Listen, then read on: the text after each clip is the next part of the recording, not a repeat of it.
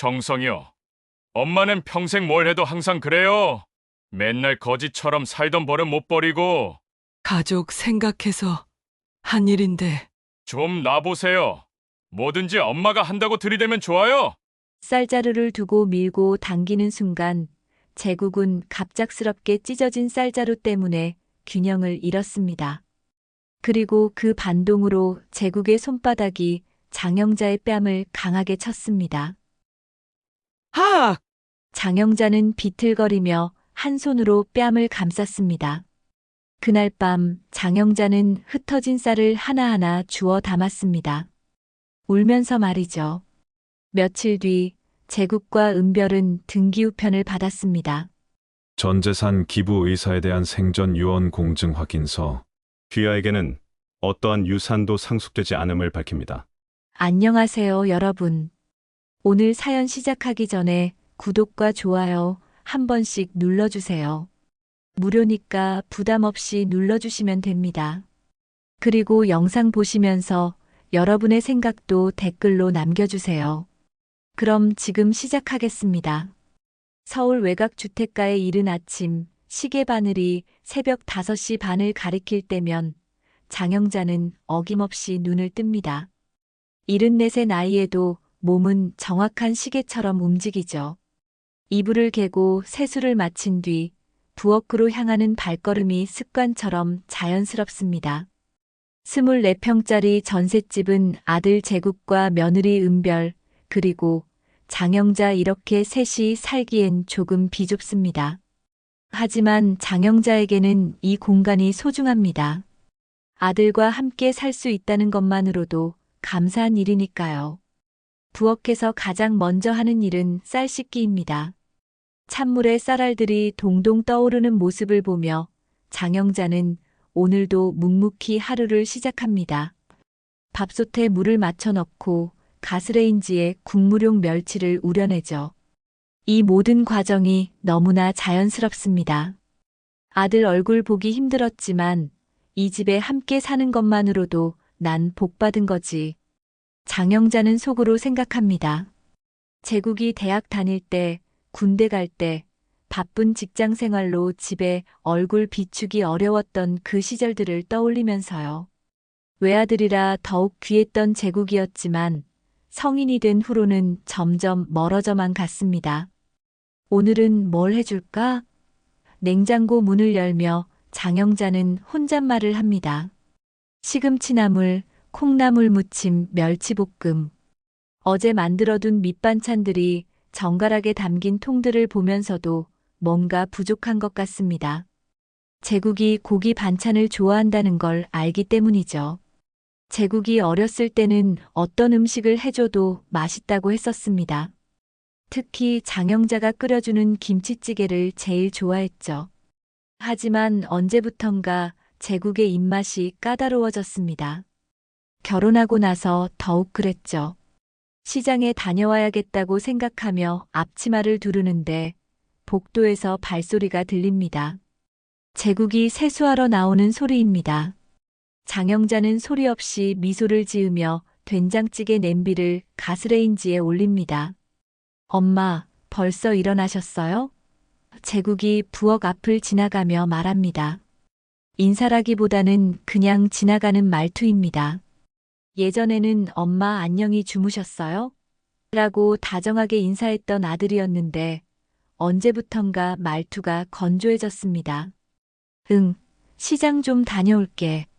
고기 좀 사와서 볶음해줄까 했는데. 아, 굳이요. 있는 거 먹어요. 제국의 대답은 늘 이런 식입니다. 굳이 신경 쓰지 말라는 뜻이지만 장영자에게는 오히려 더 신경이 쓰입니다. 정말 괜찮다는 건지 아니면 귀찮다는 건지 알 수가 없거든요. 은별은 8시가 되어서야 일어납니다. 직장 출근 시간이 늦어서 아침에 여유가 있는 편이죠. 세수를 마치고 부엌으로 나와 물 한 잔을 마시는데 장영자가 준비해둔 아침상을 보고는 살짝 미간을 찌푸립니다. 어머님, 아침 이렇게 많이 차려주실 필요 없는데요. 그리고 빨래는 제 속옷만 따로 해주시면 안 될까요? 장영자는 당황합니다. 결혼 초기에는 이런 말을 하지 않았는데 몇 달 전부터 이런 요구들이 늘어났습니다. 아니야, 먹어야지. 아침 걸으면 몸에 안 좋아. 빨래야 같이 하는 게 편하지 않을까? 저는 원래 아침 많이 안 먹어요. 그리고 요즘 다이어트 중이라서요. 빨래는 정말 따로 해주세요. 제가 민감한 편이라서요. 은별의 말에 장영자는 더욱 당황합니다. 며느리가 살이 쪘다고 생각해 본 적이 없는데 다이어트라는 말을 들으니 뭔가 잘못 생각하고 있었나 싶습니다. 빨래 문제도 마찬가지입니다. 왜 따로 해달라고 하는지 이해가 되지 않습니다. 그래도 조금이라도 먹어야지. 국만이라도. 괜찮아요, 어머님. 커피만 마실게요. 결국 은별은 인스턴트 커피 한 잔만 마시고 방으로 돌아갑니다. 제국도 식탁에 앉더니 반찬들을 하나씩 집어먹다가 투덜거립니다. 엄마, 요즘 반찬 너무 질려요. 간 좀 맞춰요, 제발. 어디 갔자니? 싱거우니? 그냥 맨날 똑같은 맛이라고요. 좀 변화를 줘보세요. 요즘 사람들은 이런 식으로 안 먹어요. 제국의 말에 장영자는 할 말을 찾지 못합니다. 평생 이런 식으로 요리해 왔는데 갑자기 변화를 주라고 하니 어떻게 해야 할지 모르겠습니다. 더군다나 요즘 사람들은 어떻게 먹는다는 건지 감이 오지 않습니다. 그럼 뭘 해달라는 거니? 모르겠어요. 알아서 좀 해보세요. 제국은 대답도 제대로 하지 않고 토스트 한 조각만 먹고 일어납니다. 정성껏 차린 아침상 앞에서 가족들의 차가운 반응을 보며 장영자는 마음 한구석이 서늘해집니다. 결국 혼자서 밥 한 공기를 먹으며 생각합니다. 자신이 뭔가 잘못하고 있는 건 아닌지요. 하지만 뭐가 잘못된 건지 알 수가 없습니다. 설거지를 하면서 장영자는 더 깊이 생각에 잠깁니다. 아들과 며느리가 자신의 정성을 부담스러워하는 것 같다고요. 하지만 뭘 어떻게 해야 할지 모르겠습니다. 평생 이렇게 살아왔는데 갑자기 바꾸라고 하면 어떻게 바꿔야 하는 건지요. 그래도 내가 할 수 있는 건 이것뿐인데. 설거지를 마치며 장영자는 혼잣말을 합니다. 요리하고 청소하고 빨래하고 이런 일들 말고는 아들 내외와 함께 나눌 수 있는 게 별로 없다고 생각합니다. 가족들은 장영자를 마치 가사도우미처럼 대합니다. 고마워한다는 말도 들어본 적이 없고 대화다운 대화를 나눈 것도 언제인지 기억이 나지 않습니다. 그저 필요할 때만 말을 걸고 평소에는 없는 사람 취급을 하죠. 오전 10시 장영자는 시장 바구니를 들고 집을 나섭니다. 동네 아주머니들과 만나면 반갑게 인사를 나누지만 집 이야기는 잘하지 않습니다. 아들 내외와 함께 산다고 하면 부러워하는 사람들이 많은데 정작 현실은 그렇지 못하다는 걸 어떻게 말할 수 있겠습니까? 영자 씨, 아들하고 같이 살아서 좋겠어요. 그러게요. 복 받았죠. 장영자는 억지로 미소를 지으며 대답합니다. 정말로 복받은 일이라고 생각하고 싶지만 때로는 혼자 사는 게 나을 수도 있겠다는 생각이 드는 것도 사실입니다. 시장에서 돼지고기 앞다리살을 고르며 장영자는 생각합니다. 제국이 어렸을 때는 고기만 보면 눈을 반짝이던 아이였는데 언제부턴가 자신이 해주는 음식에 불만을 표현하기 시작했습니다. 결혼하고 나서 더욱 그랬죠. 집으로 돌아와 빨래를 널면서 장영자는 문득 달력을 봅니다. 며칠 후가 은별의 생일입니다. 뭔가 특별한 걸 해줘야겠다고 생각하며 은별이 좋아할 만한 음식이 뭐가 있을까 궁리해 봅니다. 하지만 은별이 뭘 좋아하는지 정확히 알기가 어렵습니다. 늘 괜찮다고만 하니까요. 저녁 준비를 하면서도 장영자의 마음은 복잡합니다. 가족들에게 인정받고 싶지만 어떻게 해야 할지 모르겠습니다. 그래도 포기할 수는 없습니다. 이 집에서 자신의 역할을 찾고 싶거든요. 어색한 공기가 집안을 맴돕니다. 그리고 다가오는 은별의 생일이 장영자에게는 새로운 시작의 기회처럼 느껴집니다. 이번에는 정말 며느리가 좋아할 만한 생일상을 차려보고 싶습니다. 은별의 생일이 이틀 앞으로 다가온 날, 장영자는 새벽 4시에 일어났습니다. 평소보다 1시간 반이나 일찍 잠에서 깬 거죠. 며느리를 위해 특별한 생일상을 차리고 싶다는 마음에 잠이 오지 않았나 봅니다. 부엌에서 메모지를 꺼내 생일상 메뉴를 적어봅니다. 은별이 평소 고기를 좋아한다는 걸 알고 있었기 때문에 등심을 사다가 재워두기로 했습니다. 그리고 사과도 깎아서 예쁘게 담고 생선전도 부쳐서 색깔 있는 상을 만들어 보려고 합니다. 이번엔 정말 좋아할 거야. 장영자는 혼잣말을 하며 장바구니를 챙깁니다. 이른 아침 시장에 가서 싱싱한 재료들을 골라오기로 했거든요. 새벽 5시, 아직 어둠이 남아있는 시장에 도착했습니다. 정육점 아저씨가 막 문을 여는 참이었죠. 할머니, 이렇게 일찍 웬일이세요? 며느리 생일이라서요. 등심 좀 좋은 걸로 주세요.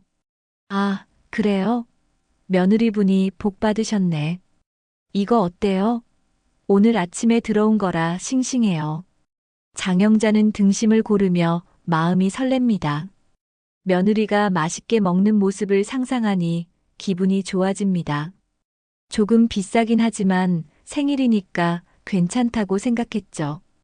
과일 가게에서는 사과를 하나하나 만져보며 단단하고 예쁜 것들로 골랐습니다.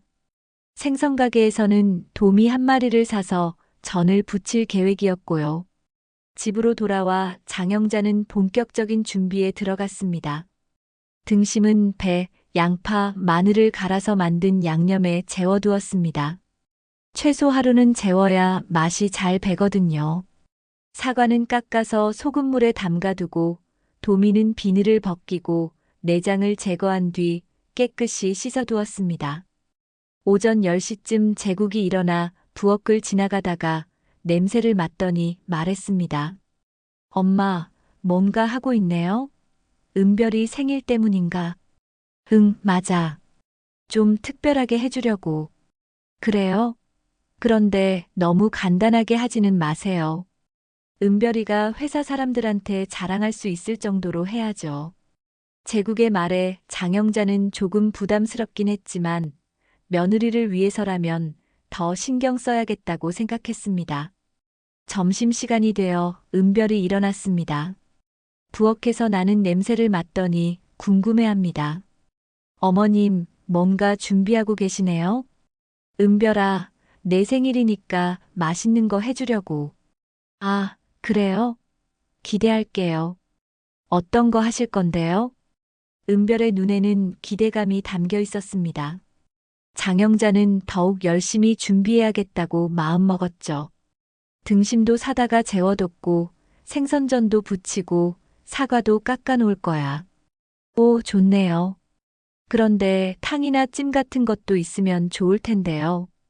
그리고 케이크는 어떻게 하실 거예요? 은별의 말에 장영자는 당황했습니다. 케이크까지는 생각하지 못했거든요. 케이크는 사올까? 아니에요. 직접 만드시는 게 더 의미 있을 것 같은데요. 요즘 유튜브 보면 간단한 케이크 만드는 법 많이 나와 있어요. 오후 내내 장영자는 부엌에서 바쁘게 움직였습니다. 등심을 굽고 생선전을 부치고 사과를 예쁘게 깎아서 접시에 담았습니다. 나물도 몇 가지 무치고 미역국도 끓였죠. 급하게 케이크까지 만들려고 했지만 생각보다 어려웠습니다. 저녁 6시 제국이 퇴근해서 집에 들어왔습니다. 현관에서부터 음식 냄새가 났지만 거실로 들어와 식탁을 보자마자 제국의 표정이 어두워졌습니다. 엄마, 이게 다예요? 장영자는 당황했습니다. 나름대로 정성껏 준비한 상이었는데 제국의 반응이 예상과 달랐거든요. 등심도 사다가 구웠고 생선전도 부치고 사과도 깎아놨는데 국도 제대로 된 게 없고 찜도 없고 케이크도 없고 이게 생일상이에요? 겨우 이거예요? 제국의 말에 장영자는 마음이 철렁했습니다. 미역국을 끓였는데 제대로 된 국이 아니라고 하니 뭔가 부족한 것 같았죠. 은별이가 고기 좋아해서 정성껏 했는데 정성이요? 제국이 비웃듯이 말했습니다. 엄마는 평생 뭘 해도 항상 그래요. 맨날 거지처럼 살던 버릇 못 버리고 거지 근성 좀 버리세요. 그 순간 장영자의 세상이 무너지는 것 같았습니다. 거지 근성이라는 말이 가슴을 후벼 팠죠. 평생 절약하며 살아온 것이 거지 근성이라고 하니 할 말을 찾을 수가 없었습니다. 다른 집들은 생일이면 어떻게 하는지 아세요? 호텔 뷔페도 가고 케이크도 주문해서 사고 우리만 이렇게 초라하게 해요. 제국의 말은 계속 이어졌습니다. 은별도 옆에서 아쉬운 표정으로 고개를 끄덕였죠. 맞아요, 어머님. 제 친구들은 생일 때 정말 푸짐하게 해줘요. 우리도 좀 그런 식으로 하면 안 될까요? 식탁 위의 수육 접시가 장영자의 떨리는 손에 흔들렸습니다. 눈에서는 뜨거운 눈물이 흘러내렸죠. 새벽부터 정성껏 준비한 음식들이 초라해 보이기 시작했습니다. 은별은 말없이 수저를 내려놓았습니다. 실망한 기색이 역력했죠. 장영자는 그 모습이 더욱 서러웠습니다. 나는 그냥 좋은 마음으로. 장영자는 목이 메어 말을 제대로 할 수 없었습니다. 엄마, 진짜 그런 마음가짐 좀 바꾸세요. 요즘 세상에 그런 식으로 살면 안 돼요. 우리도 체면이 있다고요. 은별이 친구들한테 뭐라고 말해요? 제국의 말은 더욱 날카로워졌습니다. 장영자의 귀에는 거지 근성이라는 말만 맴돌았죠. 평생 아끼고 절약하며 아들을 키운 것이 거지 근성이라니요. 장영자는 조용히 일어나 부엌으로 갔습니다. 설거지를 하면서 눈물을 흘렸죠. 새벽부터 준비한 생일상이 이런 식으로 끝날 줄은 몰랐습니다. 그날 밤 장영자는 잠을 이룰 수가 없었습니다. 제국의 말이 계속 머릿속을 맴돌았거든요. 정말 자신이 거지 근성을 가지고 있는 거닐까요? 아들을 위해 평생 아끼고 절약한 것이 잘못된 일이었을까요? 옆방에서는 제국과 은별이 대화하는 소리가 들렸습니다. 다음에는 정말 제대로 해달라고 해야겠어. 이런 식으로 하면 창피해. 맞아. 우리 체면도 생각해야지. 그들의 대화가 귀에 들려왔지만 장영자는 이불을 머리까지 덮고 울음을 참았습니다. 생일상을 준비하며 가졌던 설렘은 온데간데 없이 사라졌습니다. 대신 깊은 상처와 서러움만 남았죠. 은별의 생일이 지나고 며칠 뒤 장영자는 평소보다 더 일찍 잠에서 깼습니다. 새벽 4시 반이었죠. 잠이 오지 않았습니다. 제국의 말이 계속 머릿속을 맴돌았거든요. 거지 근성 좀 버리세요. 그 말이 가슴에 박힌 가시처럼 아팠습니다. 부엌으로 나가 물 한 잔을 마시며 창밖을 바라봅니다. 아직 어둠이 깔린 새벽 거리가 고요했죠. 장영자는 깊은 한숨을 쉬었습니다. 평생 아끼고 절약하며 살아온 것이 정말 잘못된 일이었을까요? 며칠 동안 제국과 은별의 표정을 지켜봤는데 둘 다 입맛이 없어 보였습니다. 아침마다 밥을 제대로 먹지 않고 저녁에도 몇 젓가락만 먹고 일어나더군요. 생일상 때문에 서운한 마음이 있을 수도 있겠지만 그래도 가족인데 제대로 된 음식을 해줘야겠다는 생각이 들었습니다. 며느리랑 아들이 요즘 입맛 없어 보이니까 맛있는 떡국 끓여줘야지. 장영자는 혼잣말을 했습니다. 제국이 어렸을 때 몸이 안 좋으면 꼭 떡국을 끓여줬었거든요. 따뜻한 국물이 속을 달래주고 떡도 소화가 잘 되니까 좋을 것 같았습니다. 시장에 가야겠다고 마음먹고 옷을 갈아입었습니다. 새벽 장터에 가면 떡도 싸게 살 수 있고 국거리도 신선한 걸로 구할 수 있거든요. 새벽 5시 반 장영자는 시장으로 향했습니다. 몇 군데 가게를 돌아보다가 떡집에서 할인하는 가래떡을 발견했습니다. 원래 가격보다 10,000원이나 저렴했죠. 할머니, 이거 어제 만든 건데 아직 싱싱해요. 떡국 끓이기 딱 좋죠. 반값에 드릴게요. 그래요? 그럼 하나 주세요. 장영자는 10,000원짜리 할인 가래떡을 샀습니다.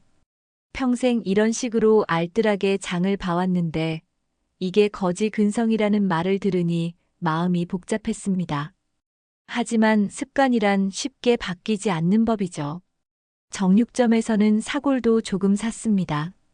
진한 국물을 우려내면 영양도 좋고 맛도 좋을 테니까요.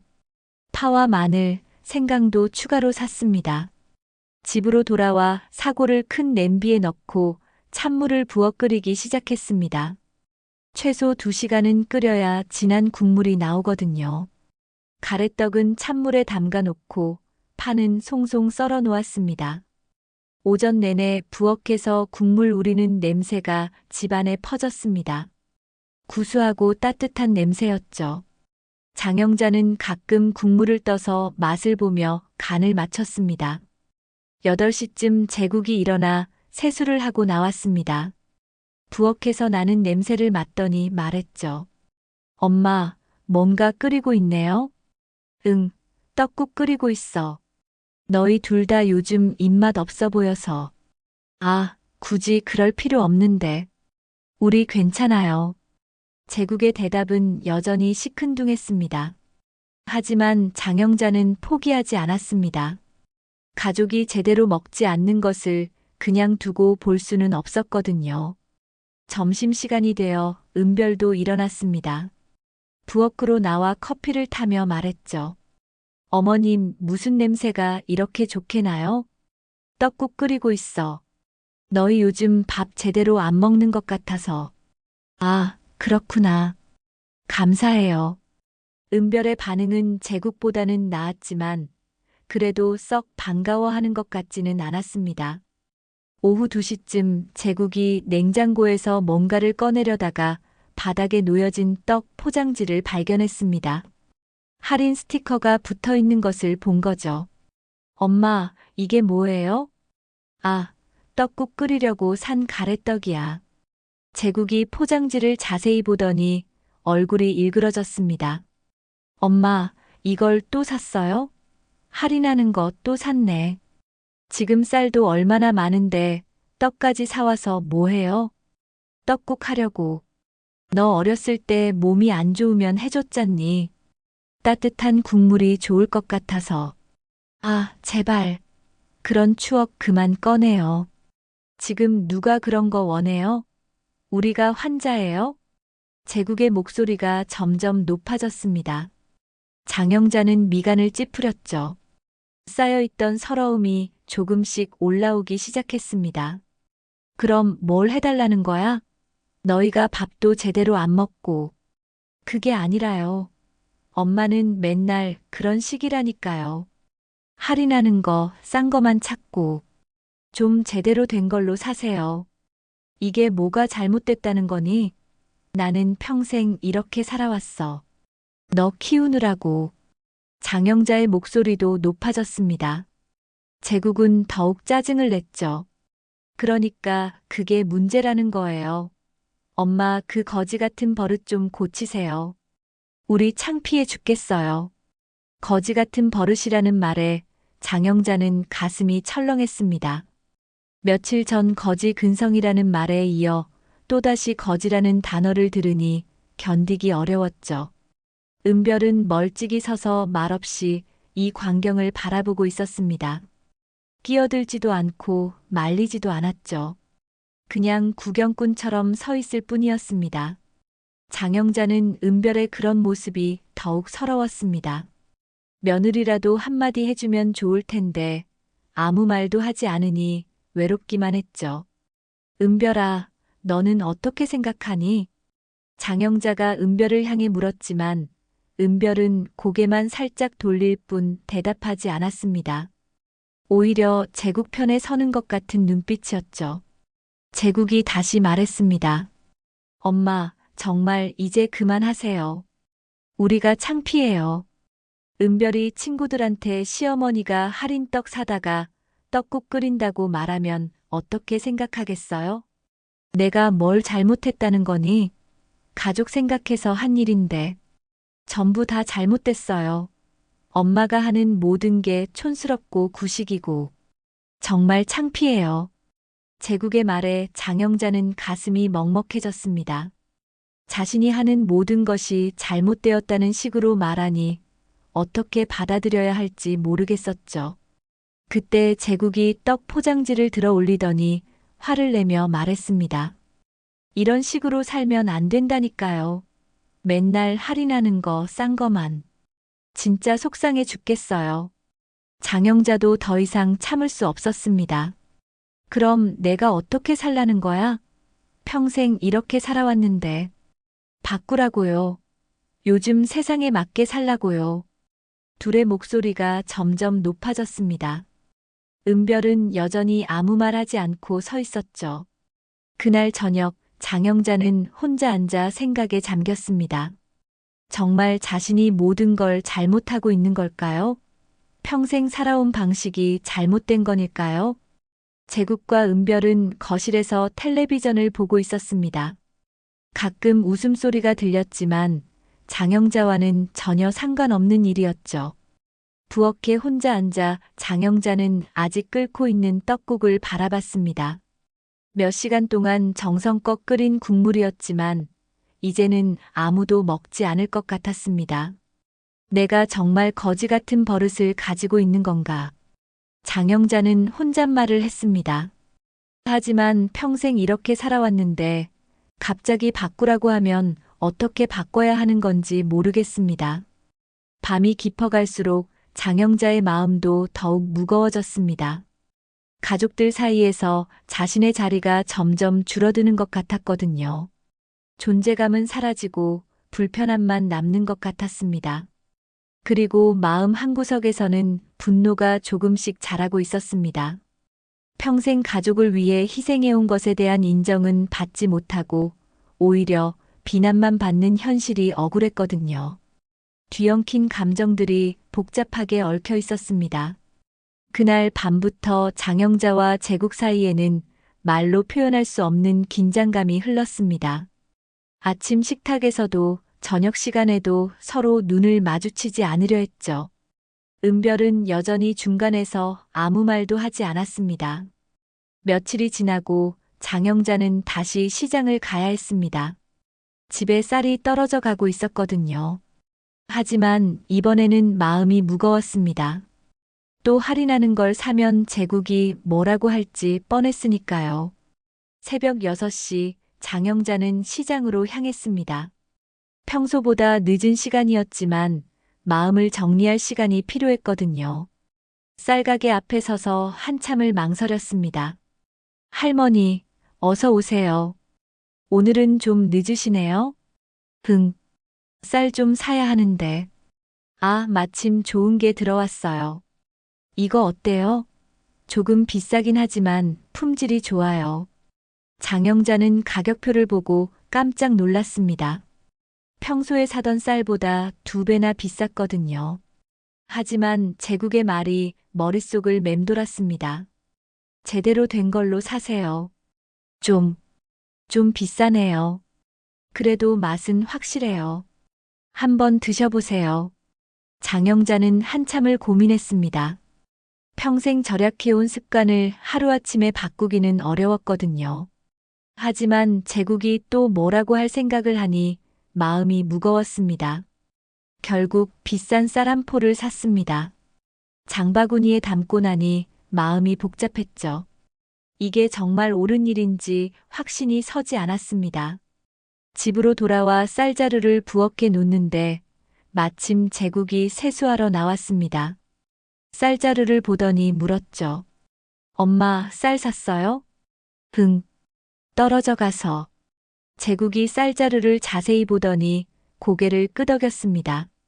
오, 이번에는 좋은 걸로 샀네요. 이게 맞죠? 역시 이런 게 맛있어요. 장영자는 제국의 반응에 조금 안도했습니다. 하지만 마음 한구석에서는 뭔가 잘못된 것 같다는 생각이 들었죠. 오후에 은별이 일어나 부엌으로 나왔습니다. 쌀자루를 보더니 말했죠. 어머님, 이번에는 정말 좋은 쌀 사셨네요. 역시 이런 게 맞아요. 품질이 다르죠. 은별의 말에도 장영자는 썩 기분이 좋지 않았습니다. 왜 비싼 걸 사야만 좋다고 하는 건지 이해할 수 없었거든요. 그날 저녁 장영자는 새로 산 쌀로 밥을 지었습니다. 확실히 윤기가 나고 맛도 좋았죠. 하지만 마음은 편하지 않았습니다. 엄마, 이 밥 정말 맛있네요. 역시 좋은 쌀은 다르죠. 처음부터 이런 걸로 사셨으면 좋았을 텐데. 제국이 만족스러워하는 모습을 보며 장영자는 복잡한 심정이었습니다. 기뻐해야 할지 서러워해야 할지 모르겠었거든요. 며칠 뒤 장영자는 또다시 시장에 나가야 했습니다. 이번에는 반찬거리를 사러 가는 길이었죠. 하지만 발걸음이 무거웠습니다. 모든 걸 비싸게 사야 한다는 부담감 때문이었습니다. 시장에서 장을 보는 내내 장영자는 갈등했습니다. 평생 해오던 대로 알뜰하게 살지 아니면 제국이 원하는 대로 비싸게 살지 말이죠. 결국 절충안을 택했습니다. 꼭 필요한 것들은 좋은 걸로 사고 나머지는 평소대로 사기로 한 거죠. 집으로 돌아와 장바구니를 정리하는데 제국이 하나하나 확인하기 시작했습니다. 엄마, 이건 뭐예요? 제국이 할인 스티커가 붙은 채소를 발견한 거였습니다. 아, 그냥 싱싱해 보여서 샀는데 또 할인하는 거 샀네요. 정말 고치질 못하시네. 아까 쌀은 좋은 걸로 사시더니 왜 이런 건 또 이래요? 제국의 목소리가 차가워졌습니다. 장영자는 가슴이 답답해졌죠. 그게 뭐가 잘못됐다는 거니? 멀쩡한 걸 왜 못 사? 엄마는 정말 모르시는구나. 우리 체면이 있다고요. 은별이 친구들한테 뭐라고 말해요? 그 순간 장영자 안에서 뭔가가 폭발하기 시작했습니다. 며칠 동안 참아왔던 감정들이 올라오기 시작한 거죠. 체면? 체면이 뭐가 그렇게 중요하다는 거야? 당연히 중요하죠. 우리가 어떻게 사는지 다른 사람들이 다 봐요. 제국과 장영자의 목소리가 점점 높아졌습니다. 은별은 여전히 멀리서 지켜보고만 있었죠. 제국이 며칠 전에 장영자가 비싸게 산 쌀자루를 가리키며 말했습니다. 엄마, 이것만 봐도 알잖아요. 좋은 쌀 사니까 우리가 맛있다고 하잖아요. 왜 다른 건 또 할인하는 거 사요? 나도 노력하고 있잖아. 한 번에 다 바뀔 수는 없는 거 아니야? 노력이요? 이게 노력이에요? 제국이 더욱 화를 내기 시작했습니다. 장영자도 더 이상 참을 수 없었죠. 그럼 내가 어떻게 하라는 거야? 평생 이렇게 살아온 사람한테. 바뀌라고요. 제발 좀 바뀌세요. 그때 제국이 홧김에 쌀자루를 들어 올렸습니다. 장영자가 며칠 전에 비싸게 산 그 쌀자루를 말이죠. 이렇게 사는 게 그렇게 어려워요? 왜 맨날 섞어서 사요? 제국이 쌀자루를 들고 어디론가 옮기려고 했습니다. 장영자는 그 모습을 보며 불안해졌죠. 내가 할게. 장영자가 쌀자루를 가져가려고 손을 뻗었습니다. 그 순간 제국과 장영자의 손이 쌀자루에서 겹쳤죠. 좀 놔보세요. 뭐든지 엄마가 한다고 들이대면 좋아요. 실랑이가 벌어졌습니다. 쌀자루를 두고 밀고 당기는 과정에서 제국이 화가 나서 쌀자루를 확 당겼습니다. 그 순간이었습니다. 오래된 쌀자루가 갑자기 찢어진 거였죠. 제국은 갑작스럽게 찢어진 쌀자루 때문에 균형을 잃었습니다. 그리고 그 반동으로 제국의 손바닥이 장영자의 뺨을 강하게 쳤습니다. 아! 장영자는 비틀거리며 한 손으로 뺨을 감쌌습니다. 동시에 찢어진 쌀자루에서 쌀이 터져나와 주방 가득 흩어졌습니다.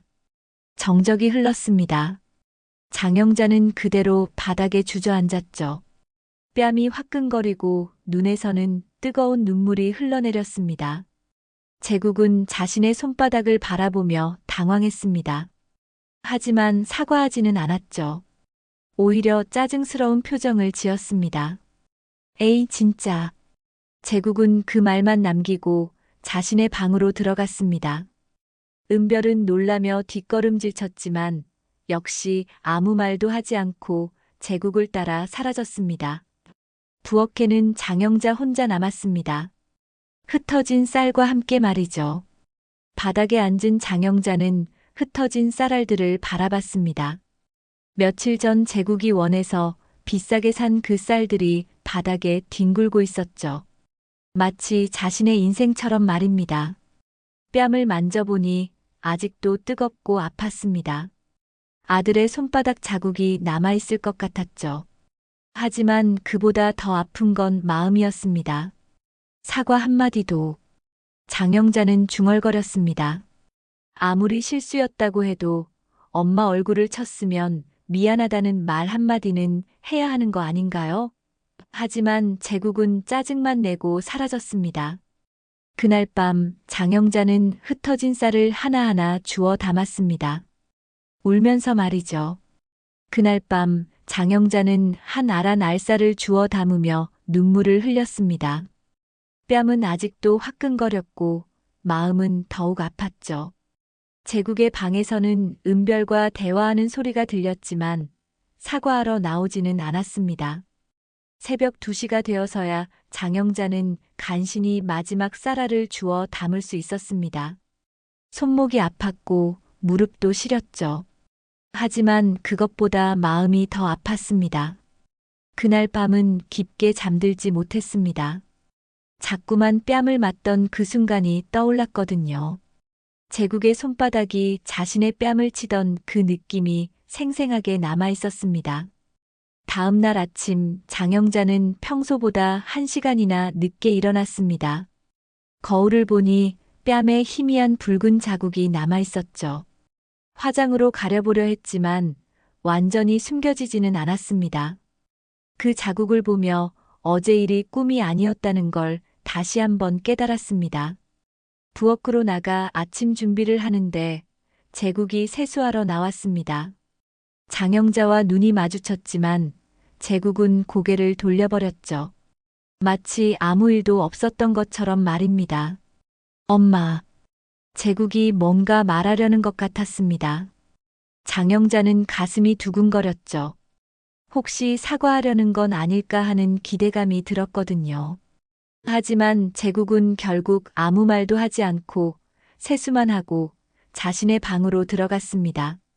장영자는 실망감에 고개를 떨어뜨렸죠. 은별도 일어나 부엌으로 나왔습니다. 장영자의 뺨을 힐끗 보더니 아무렇지 않은 듯 인스턴트 커피를 탔죠. 어머님, 어제 괜찮으세요? 은별이 조심스럽게 물어봤지만 진심으로 걱정하는 것 같지는 않았습니다. 오히려 형식적인 질문처럼 들렸죠. 응, 괜찮아. 장영자는 짧게 대답했습니다. 더 이상 말하고 싶지 않았거든요. 은별도 더 묻지 않고 커피만 마시고 방으로 들어갔습니다. 그날부터 집안의 분위기는 더욱 냉랭해졌습니다.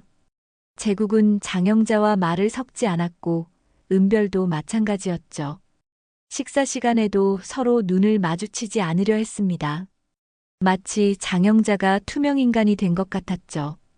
며칠이 지나도 상황은 나아지지 않았습니다. 오히려 더 악화됐죠. 제국과 은별은 장영자가 있는 곳을 피해 다녔고 꼭 필요한 말만 했습니다. 그것도 명령조로 말이죠.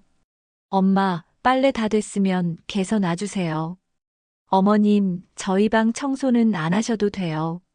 이런 식의 차가운 말들만 오갔습니다. 장영자는 점점 이 집에서 자신이 설 자리가 없다는 걸 느꼈죠. 일주일이 지난 어느 날 저녁, 장영자는 혼자 앉아 깊은 생각에 잠겼습니다. 이 집에서 자신의 존재 이유가 뭔지 모르겠었거든요.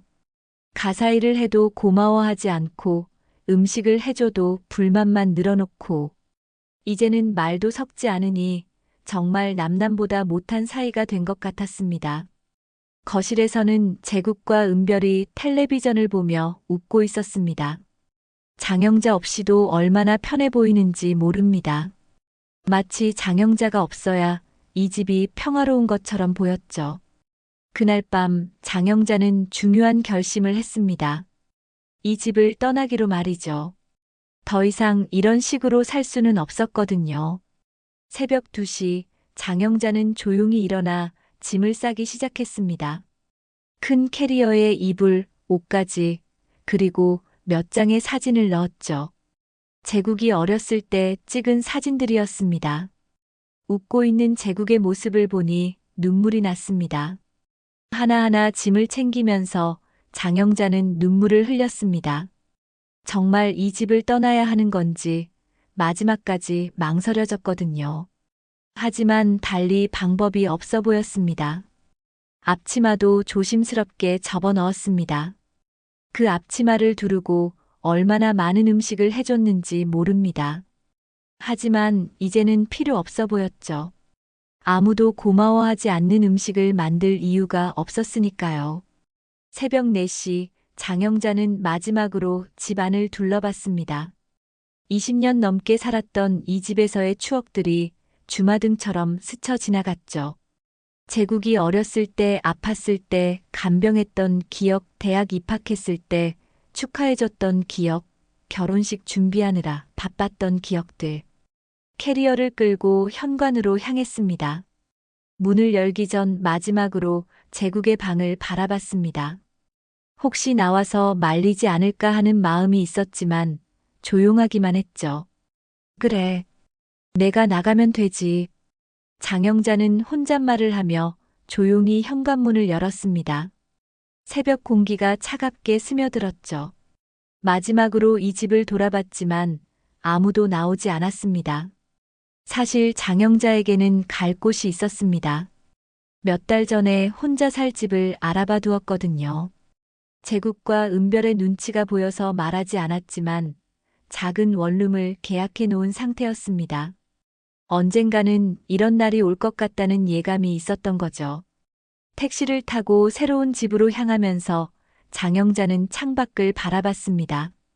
아직 어둠이 깔린 거리가 쓸쓸해 보였죠. 하지만 동시에 자유로운 느낌도 들었습니다. 새로운 집에 도착해 짐을 풀면서 장영자는 또 다른 결심을 했습니다. 제국에게 마지막 메시지를 남기기로 한 거죠.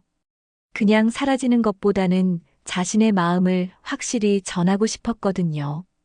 며칠 뒤 장영자는 변호사 사무실을 찾았습니다. 이태훈 변호사는 오래전부터 알고 지내던 분이었죠. 장 선생님, 갑자기 웬일이세요? 변호사님, 유언장 좀 써주세요. 유언장이요? 갑자기 왜? 제 전 재산을 기부하려고 합니다. 아들한테는 한 푼도 주지 않을 거예요. 이태훈 변호사는 깜짝 놀랐습니다. 장영자가 그런 결정을 내릴 만한 사람이 아니라고 생각했거든요. 장 선생님, 너무 급작스러운 결정 아닌가요? 이런 중요한 일은 좀 더 신중하게 생각해 보시는 게. 아니에요. 이미 결정했어요. 나 없어도 잘 살 놈들이야. 장영자의 목소리는 단호했습니다. 이태훈 변호사는 더 이상 말리지 않았죠. 그래도 가족분들과 상의해 보시는 게 어떨까요? 상의할 것도 없어요. 제 마음은 이미 정해졌습니다. 유언장 작성을 마치고 나서 장영자는 공증까지 받았습니다. 모든 재산을 자선단체에 기부한다는 내용이었죠. 변호사님, 이걸 우편으로 보내주세요. 장영자는 제국의 주소가 적힌 봉투를 건넸습니다. 언제 보낼까요? 일주일 뒤에 보내주세요. 며칠 뒤 제국과 은별은 등기우편을 받았습니다. 이태훈 변호사 명의의 공식 문서였죠.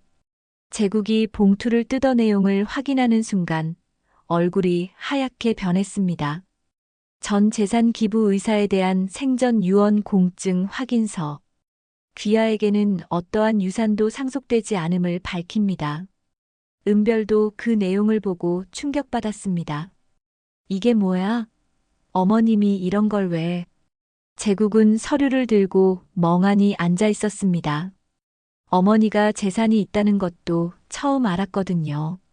평생 가난하게 사는 줄만 알았는데 이런 결정을 내릴 만큼의 재산이 있었다니요. 우리가 뭘 잘못했다고 이래? 은별이 당황하며 말했지만 제국은 대답하지 못했습니다. 어머니가 왜 집을 나갔는지, 왜 이런 유언장을 남겼는지 생각해보니 막막했거든요. 어머님이 재산이 이렇게 많았다고 평생 할인하는 것만 사시면서. 은별의 말에 제국은 더욱 혼란스러웠습니다. 어머니를 거지 근성이라고 비난했는데 정작 자신들보다 훨씬 많은 재산을 가지고 있었다니요. 며칠이 지나도 두 사람은 상황을 받아들이기 어려웠습니다. 어머니 없는 집은 생각보다 불편했거든요. 아침에 일어나도 차려진 밥상이 없고 빨래도 쌓여가고 반찬도 떨어져 갔습니다. 제국아, 이제 어떻게 하지? 어머님 어디 계신지도 모르겠고. 찾아봐야겠어요. 유언장 보낸 변호사한테 연락해봐요. 제국은 이태훈 변호사 사무실로 전화를 걸었습니다. 변호사님, 저희 어머니 어디 계시는지 알 수 있을까요? 죄송하지만 고객의 개인정보는 알려드릴 수 없습니다. 그럼 어머니가 왜 이런 결정을 하신 건지라도 알려주세요. 이태훈 변호사는 잠시 망설이다가 말했습니다. 사실 장 선생님께서 한 말씀 남기셨습니다. 뭐라고 하셨는데요? 이 아이는 가족을 돈으로 판단하더군요. 그래서 돈으로 그 관계를 정리해줬습니다.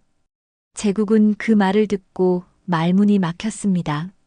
어머니가 자신들의 모든 행동을 다 알고 있었다는 뜻이었거든요.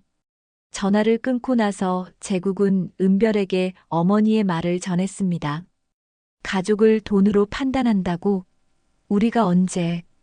은별이 항변했지만 제국은 점점 무언가를 깨닫기 시작했습니다. 비싼 쌀을 사라고 했던 일, 할인하는 걸 사지 말라고 했던 일, 체면을 생각하라고 했던 일들이 떠올랐거든요. 그날 저녁 두 사람은 처음으로 제대로 된 대화를 나눴습니다. 우리가 정말 잘못한 걸까? 모르겠어. 그냥 좀 더 나은 생활을 하자고 한 건데. 하지만 마음 한구석에서는 죄책감이 들기 시작했습니다. 특히 제국은 어머니의 뺨을 쳤던 그날이 자꾸 떠올랐거든요. 며칠 뒤 동네에서 우연히 만난 이웃 할머니가 한마디 했습니다. 제국아, 어머님 어디 가셨어? 요즘 못 뵙겠더라. 아, 잠깐 어디 다녀오시는 것 같아요. 제국이 얼버무리자 이웃 할머니가 말했습니다. 그런데 어머님이 그 전에 그러셨어. 내가 가진 게 적진 않아. 근데 걔네한텐 한 푼도 안 줄 거야. 나 없어도 잘 살 놈들이야. 하시면서 정색하시더라고. 그 말을 듣고 제국은 충격받았습니다. 어머니가 이웃들에게까지 그런 말을 했다는 것은 정말 마음을 정리했다는 뜻이었거든요. 언제 그런 말씀을 하셨는데요? 한 달 전쯤 시장에서 만났는데 갑자기 그러시더라고. 왜 그런 말씀을 하시는지 이상하더라. 제국은 그제서야 깨달았습니다.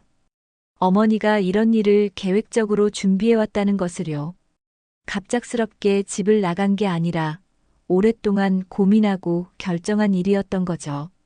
집으로 돌아와 제국은 은별에게 이웃 할머니의 말을 전했습니다. 한 달 전부터 그런 생각을 하고 계셨다고? 그럼 우리가 뭘 해도 소용없었다는 거네. 아니야. 분명히 우리가 뭔가 잘못했으니까 어머니가 그런 결정을 하신 거야. 제국은 처음으로 자신들의 행동을 돌아보기 시작했습니다. 어머니를 거지 근성이라고 했던 것, 할인하는 걸 사지 말라고 했던 것, 체면을 생각하라고 했던 것들이 모두 잘못되었다는 걸 깨달았죠. 하지만 여전히 완전히 인정하기는 어려웠습니다. 자신들이 그렇게 나쁜 사람이라고 생각하고 싶지 않았거든요. 그날 밤 제국은 어머니의 방을 들여다봤습니다. 깔끔하게 정리된 방 안에는 어머니의 흔적이 거의 남아있지 않았습니다. 옷장도 비어있고 화장대도 텅 비어 있었죠. 서랍을 열어보니 몇 장의 사진만 남아 있었습니다. 제국이 어렸을 때 찍은 가족 사진들이었죠. 어머니는 추억이 담긴 사진들만 빼고 다 가져갔던 겁니다. 사진을 보며 제국은 어린 시절을 떠올렸습니다. 어머니가 얼마나 자신을 아꼈는지, 어떤 희생을 하며 키웠는지를 말이죠. 그때는 어머니의 사랑이 당연한 줄 알았는데, 이제 와서 생각해 보니 그게 얼마나 소중한 것이었는지 깨달았습니다. 엄마. 제국은 혼잣말을 했습니다. 어머니를 찾고 싶었지만 어떻게 찾아야 할지 모르겠었죠.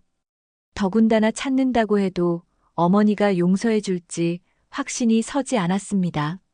며칠 더 지나고 제국과 은별은 현실의 불편함을 더욱 실감했습니다. 집안일을 스스로 해야 한다는 것이 이렇게 힘든 줄 몰랐거든요. 어머님이 얼마나 많은 일을 하셨는지 이제야 알겠어. 은별이 빨래를 하며 말했습니다. 제국도 고개를 끄덕였죠. 그러게. 당연하게 생각했는데. 하지만 여전히 어머니에게 직접 사과할 용기는 내지 못했습니다. 자존심도 있었고 어떻게 말을 꺼내야 할지도 모르겠었거든요. 그런 가운데 또 다른 소식이 들려왔습니다. 동네 사람들 사이에서 장영자의 이야기가 퍼지고 있었던 거죠. 영자 씨가 아들한테 얼마나 서운했으면 집을 나가셨을까? 요즘 젊은 사람들은 부모님 고마운 줄을 모르나 봐. 이런 이야기들이 제국의 귀에 들어왔습니다. 동네에서 자신들을 어떻게 보고 있는지 알게 된 거죠. 제국은 점점 어머니의 진짜 마음을 이해하기 시작했습니다. 평생 절약하며 살아온 것이 거지 근성이 아니라 지혜였다는 것을, 할인하는 걸 사는 것이 부끄러운 일이 아니라 알뜰한 살림이었다는 것을 말이죠. 하지만 이미 늦었습니다. 어머니는 이미 모든 것을 정리하고 떠나버렸거든요. 그날 밤 제국은 혼자 앉아 깊은 후회에 빠졌습니다. 어머니의 사랑을 당연하게 여겼던 자신이 부끄러웠고 어머니의 생활 방식을 무시했던 것이 후회됐습니다. 하지만 이제 와서 후회해봐야 소용없었습니다. 어머니는 이미 자신들과의 관계를 정리해버렸으니까요. 몇 주가 지나고 제국은 더 이상 참을 수 없었습니다. 어머니에 대한 죄책감과 후회가 계속 커져만 갔거든요. 집안일의 불편함도 있었지만 그보다는 어머니의 빈자리가 너무 컸습니다. 은별아, 나 변호사 사무실에 직접 가볼게. 또 이미 몇 번이나 전화했잖아. 안 알려준다고 했는데 직접 가서 사정해 볼게. 이렇게 있을 수는 없어. 제국은 이태훈 변호사 사무실로 향했습니다. 어머니의 행방을 알아내기 위해서였죠. 변호사 사무실에 도착해서 제국은 간절하게 부탁했습니다. 변호사님, 제발 어머니가 어디 계시는지 알려주세요. 정말 사과하고 싶어요. 제국 씨, 정말 죄송하지만 고객의 개인정보는 제발요. 저희가 정말 잘못했어요. 어머니한테 사과하고 싶어요. 이태훈 변호사는 제국의 절실한 표정을 보며 잠시 고민했습니다. 그리고 조심스럽게 말했죠. 직접적으로는 알려드릴 수 없지만 장 선생님께서 가끔 근처 시장에서 장을 보신다고 들었어요. 어느 시장인데요? 전통시장이요. 확실하지는 않지만 제국은 그 말만 듣고도 희망을 품었습니다. 어머니를 찾을 수 있는 단서를 얻은 거니까요.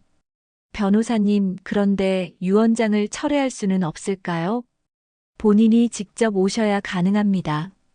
그리고 장 선생님 의지가 매우 확고하셨어요. 제국은 변호사의 말을 듣고 더욱 절망감을 느꼈습니다. 어머니의 마음이 얼마나 단단히 굳어져 있는지 알 수 있었거든요. 그날부터 제국은 매일 청담동 전통시장을 찾아다녔습니다. 어머니를 만날 수 있을까 하는 희망을 품고 말이죠. 하지만 쉽게 찾을 수 없었습니다. 시장이 생각보다 넓었고 어머니가 언제 나타날지도 알 수 없었거든요. 일주일째 되는 날 드디어 어머니를 발견했습니다. 시장 한 구석 채소가게에서 물을 고르고 있는 장영자를 본 순간 제국의 가슴이 뛰었습니다. 어머니는 예전과 다르게 보였습니다. 옷차림도 단정했고 표정도 편안해 보였죠. 엄마. 제국이 다가가자 장영자는 놀란 표정을 지었습니다. 하지만 곧 차가운 표정으로 변했죠. 왜 여기 있니? 엄마, 할 말이 있어서. 할 말? 이제 와서 무슨 할 말이 있다는 거니? 장영자의 목소리는 냉랭했습니다. 제국은 당황했지만 용기를 내어 말했죠. 엄마, 죄송해요. 저희가 잘못했어요. 뭘 잘못했는데? 장영자가 되물었습니다. 제국은 대답하려다가 말을 찾지 못했습니다.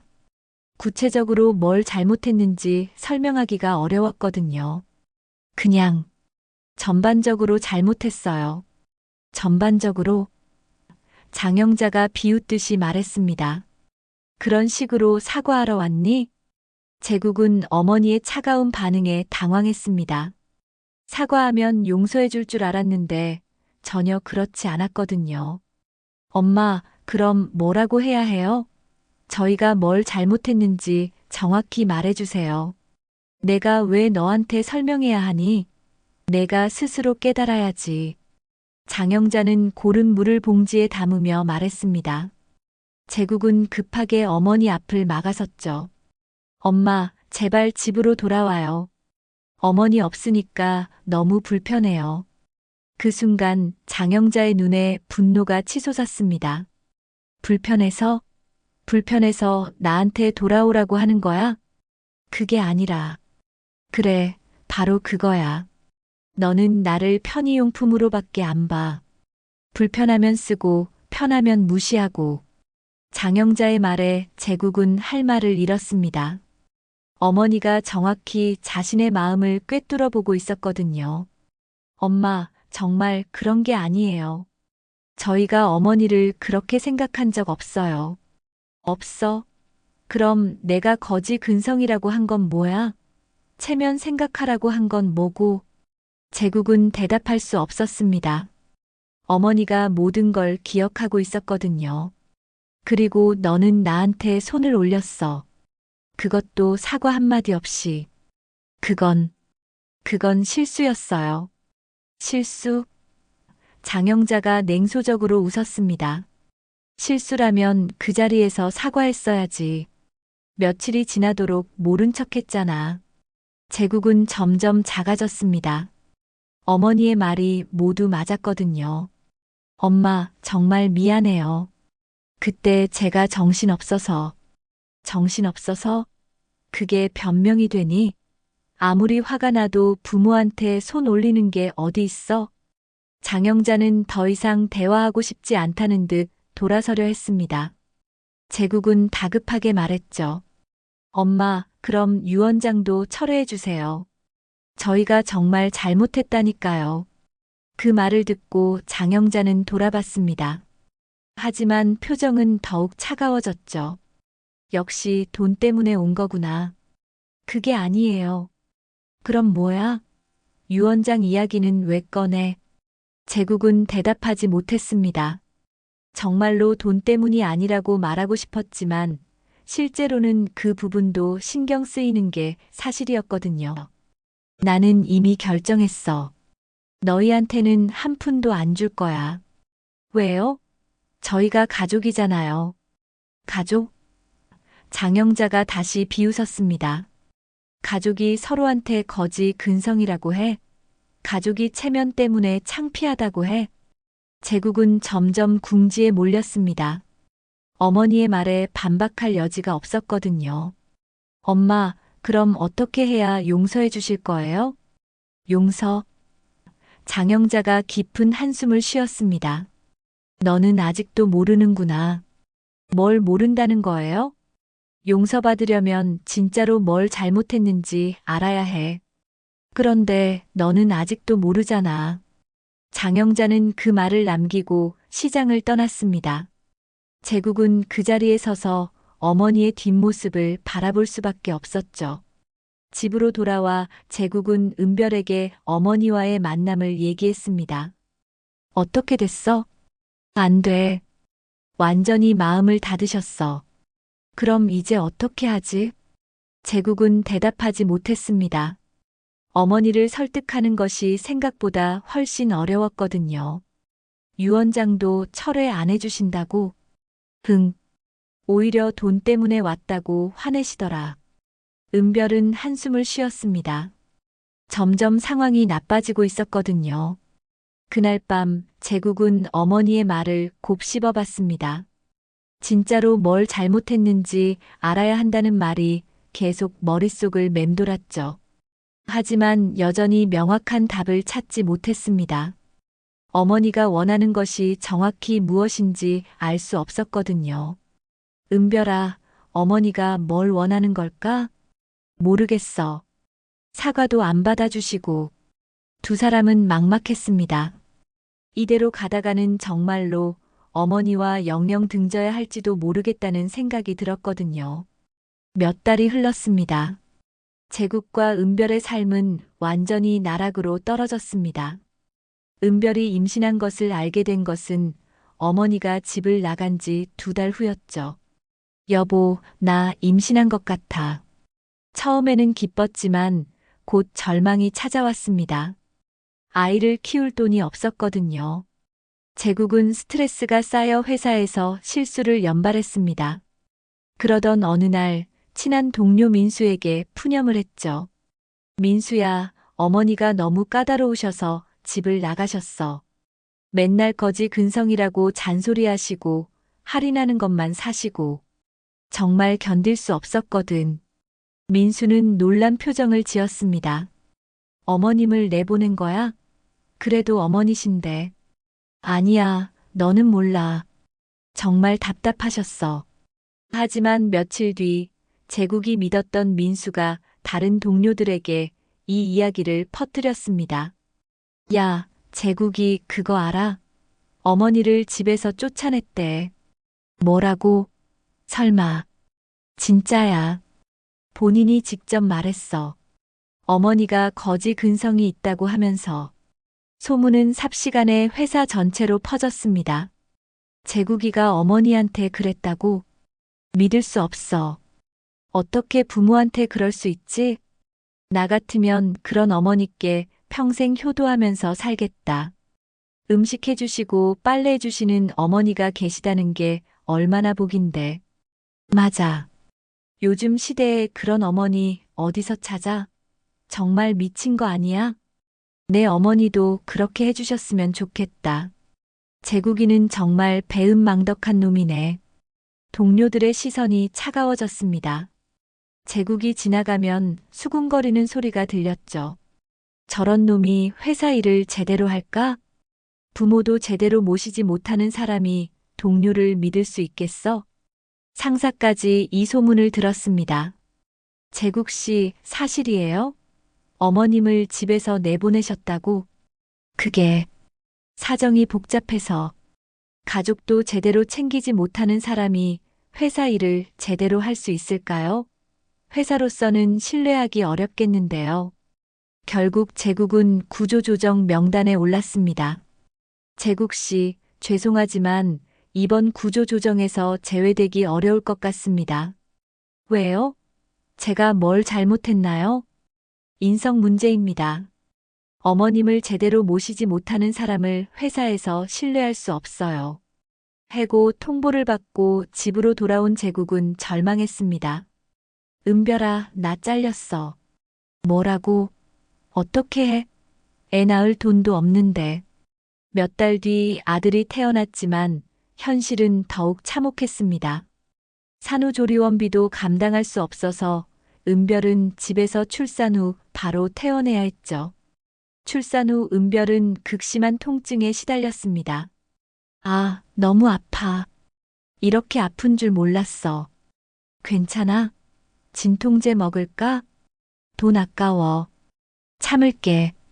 은별은 침대에 누워 몸을 웅크리며 울었습니다. 어머님이 제국이를 낳으실 때도 이렇게 아프셨겠구나. 은별의 눈에 눈물이 고였습니다. 출산 후에도 이렇게 몸이 아픈데 어머님은 혼자서 어떻게 견디셨을까? 그런데 우리는 그것도 모르고 은별은 처음으로 어머니의 고통을 이해했습니다. 제국이를 낳으시고도 바로 집안일 하시고 음식 해주시고 얼마나 힘드셨을까? 첫날 밤 아이가 밤새 울어댔습니다. 제국과 은별은 어떻게 해야 할지 몰라 당황했죠. 왜 자꾸 우는 거야? 기저귀도 갈고 분유도 줬는데. 모르겠어. 어떻게 하지? 새벽 3시 아이는 여전히 울고 있었습니다. 제국은 아이를 안고 걸으며 문득 깨달았습니다. 엄마가 나를 키울 때도 이랬겠구나. 제국의 눈에 눈물이 고였습니다. 밤마다 이렇게 잠도 못 자면서 나를 돌보셨겠지. 그런데 나는 그것도 모르고 거지 근성이라고 했었지. 제국은 처음으로 어머니의 고생을 실감했습니다. 하지만 이제는 어머니가 어디 계신지도 알 수 없었죠. 아이가 이유식을 먹을 나이가 되자 더 큰 시련이 시작됐습니다. 이유식을 어떻게 만들지? 인터넷 찾아보자. 하지만 아무리 따라해도 아이가 먹지 않았습니다. 그때 제국은 또다시 어머니를 떠올렸죠. 엄마는 내가 어렸을 때 어떻게 이유식을 만들어 주셨을까? 매일 정성껏 만들어 주셨는데 난 맛없다고 투덜거리기만 했었지. 제국은 부엌에서 혼자 울었습니다. 어머니의 정성이 얼마나 소중했는지 이제야 깨달았거든요. 아이가 열이 날 때는 더욱 절망적이었습니다. 애가 열이 너무 나. 어떻게 하지? 병원 가야겠어. 근데 돈이. 응급실에 갔지만 진료비를 감당하기 어려웠습니다. 입원이 필요한데 보증금 내실 수 있어요? 돈이 없는데요. 그럼 집에서 해열제만 드리고 지켜보세요. 그날 밤 제국은 열나는 아이를 안고 밤새 깨어 있었습니다. 엄마는 내가 아플 때마다 이렇게 걱정하셨겠구나. 제국은 오열했습니다. 밤새 내 이마에 손 올리고 열재시면서 얼마나 마음 졸이셨을까. 그런데 나는 당연한 줄만 알았어. 제국은 어머니를 찾고 싶었지만 방법이 없었습니다. 전화번호도 바뀌었고 주소도 알 수 없었죠. 설상가상으로 전셋집에서 쫓겨나게 됐습니다. 재계약하려면 보증금을 올려줘야 해요. 얼마나요? 2천만 원 더요. 그런 돈이 있을 리 없었습니다. 결국 반지하 월세방으로 이사해야 했죠. 여보, 여기서 어떻게 애를 키워? 다른 곳이 없어. 곰팡이가 쓴 반지하 방에서 아이는 자꾸 기침을 했습니다. 제국은 아이를 보며 또 한 번 깨달았죠. 엄마는 나를 위해서 좋은 집에서 키우려고 얼마나 노력하셨을까. 나는 그냥 당연한 줄 알았는데. 제국은 벽에 기대어 앉아 흐느꼈습니다. 엄마, 미안해요. 정말 미안해요. 이제야 알겠어요. 엄마가 얼마나 고생하셨는지. 하지만 어머니는 어디에도 없었습니다. 제국은 닥치는 대로 아르바이트를 했지만 생활은 나아지지 않았습니다. 편의점, 배달, 공사장. 몸이 부서져라 일해도 빚만 늘어갔죠. 여보, 나 오늘 20시간 일했는데도 돈이 모자라. 어떻게 해? 애 분유값도 없는데. 그때 제국은 문득 어머니가 자신을 위해 얼마나 많은 희생을 하셨는지 깨달았습니다. 엄마도 나 키우려고 이렇게 고생하셨겠구나. 돈 벌려고 얼마나 힘들게 사셨을까. 그런데 난 할인하는 거 산다고 거지 근성이라고 했었지. 제국은 일터에서도 눈물을 흘렸습니다. 엄마, 보고 싶어요. 정말 보고 싶어요. 사과하고 싶어요. 하지만 어머니는 연락조차 닿지 않았습니다. 어느 날 밤 아이가 또 아파서 울 때 제국은 완전히 무너졌습니다. 엄마, 엄마 도와주세요. 어떻게 해야 할지 모르겠어요. 제국은 바닥에 주저앉아 오열했습니다. 나는 왜 그때 깨닫지 못했을까요? 엄마가 얼마나 소중한 분이었는지, 얼마나 고생하셨는지. 은별도 함께 울었습니다. 어머니, 정말 미안해요. 우리가 너무 몰랐어요. 하지만 후회해도 소용없었습니다. 어머니는 이미 그들의 삶에서 영원히 사라져버렸으니까요. 한편 멀리 떨어진 곳에서 장영자는 동네 할머니들과 함께 웃으며 화분에 물을 주고 있었습니다. 영자 씨, 정말 행복해 보여요. 네, 이제는 해주고 싶은 사람들한테만 해주니까 마음이 편해요. 장영자는 환하게 웃었습니다. 평생 절약해서 모은 돈으로 이제는 자신을 위해 살 수 있었거든요. 정성을 알아주는 분들과 함께하니까 모든 게 즐거워요. 장영자의 새로운 삶에는 평온과 웃음이 가득했습니다. 반면 제국의 반지하 방에서는 아이의 울음소리와 부부의 한숨소리만 들렸습니다. 식탁 위에는 컵라면 용기와 빈 그릇들만 남아 있었습니다. 어머니가 정성껏 차려주시던 밥상은 이제 기억 속에서만 만날 수 있었죠. 제국은 매일 밤 어머니를 그리워하며 울었습니다. 엄마, 다시 한 번만 기회를 주세요. 이제 정말 알겠어요. 하지만 어머니는 어디에도 없었습니다. 그 빈자리는 영원히 채워지지 않을 공허함이었죠. 다음 생일이 와도 축하해줄 사람은 아무도 없었습니다. 그들이 스스로 버린 그 사랑은 이제 영원히 돌아오지 않을 테니까요. 오늘 사연 어떠셨나요? 여러분은 어떻게 생각하시나요? 댓글로 솔직한 의견 들려주세요. 나 같으면 그런 어머니께 평생 효도할 텐데. 회사 동료들의 말이 기억나시나요? 정말 그 말이 맞는 것 같아요. 혹시 여러분도 자녀들에게 비슷한 소리를 들어보신 적 있으신가요?